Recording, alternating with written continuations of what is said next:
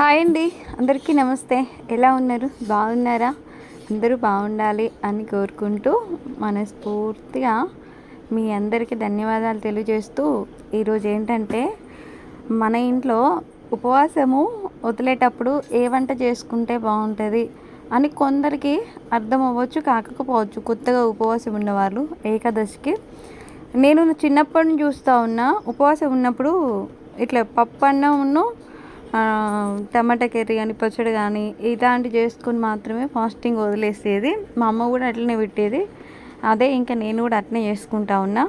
అయితే దానికి వచ్చేసి ఇక్కడ మేమైతే గంజు అని అంటాం, మీ సైడ్ ఏమంటారో నాకు తెలీదు.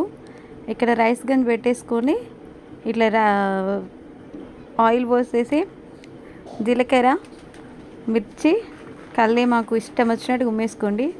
దాని తర్వాత మంచిగా కలిపేసుకొని ఉల్లిపాయ ముక్కలు వేసుకొని ఇట్లా ఎసరు పెట్టి చేసుకుంటా. నాకు ఇట్లా అయితే మస్తు ఇష్టం పప్పు రైస్ అంటే.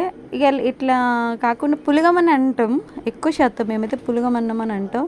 ఇక పప్పు అన్నం అంటే మీ అందరికీ అర్థమవుతుంది అని చెప్పేసి పప్పు అన్నం అని అంటా ఉన్నా.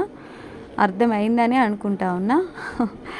ఇట్లా అయితే నాకు మస్తు అంటే మస్తు ఇష్టం అండి. ఇంకా ఫాస్టింగ్ ఉన్న రోజు ఇట్లా చేసుకొని తింటే అదో విశేషం అని చెప్పాలి. ఎందుకంటే ఏకాదశికి మనము వండుకున్నవన్నీ అక్కడ పెడతాం కాబట్టి దేవునికి కూడా ఇట్లా నేను ఎప్పుడైనా ఇట్లనే పెడతా. మీలో ఎవరైనా ఇట్లా చేసుకోకపోయినా లేకపోతే దేనితో ఉపవాసం పెడితే బాగుంటుంది అన్న ఆలోచన ఉన్నవాళ్ళు ఇది బాగా పనికొస్తుంది. తాలింపు ఇంకా వేగిపోయిన తర్వాత అవి మంచిగా ఇంకా మనకు సరిపడా రైస్కు పెట్టేసుకొని ఉప్పు పసుపు కూడా వేసుకున్నానండి. ఎందుకంటే పప్పు రైస్ కాబట్టి మిర్చి, ఉల్లిపాయ, కల్లేమాకు ఇవన్నీ వేస్తూ ఉన్నాం కాబట్టి బాగుంటుంది.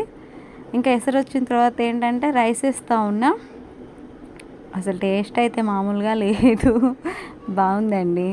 ఒక్కసారి ట్రై చేయండి, చాలా అంటే చాలా బాగుంది. ఎప్పుడు బాగానే ఉంటుంది అంటే మేము ఎప్పుడు తింటాం కాబట్టి మాకు అలవాటు.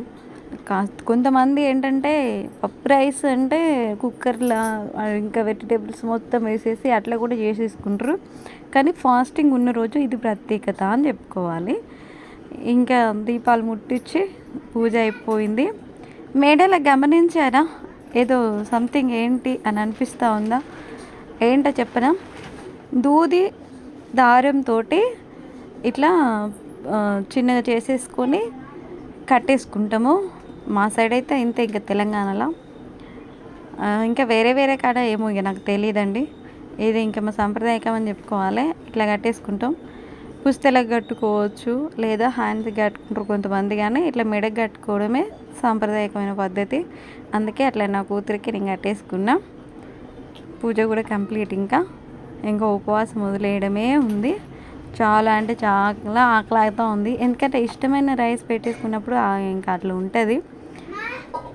నాకైతే ఈ పులగం రైస్ అనగా టమాటా కర్రీ, మామిడికాయ పచ్చడి అయితే ఇంకా చాలా అంటే చాలా ఇష్టం అండి. మీలో ఎవరికైనా ఇలానే తినే అలవాటు ఉందా? ఇట్లనే తింటారా చెప్పండి. ఇంకోటి ఏంటంటే నేను తినేది కూడా వీడియో చేసిన, కానీ అది భయంకరంగా ఉందండి.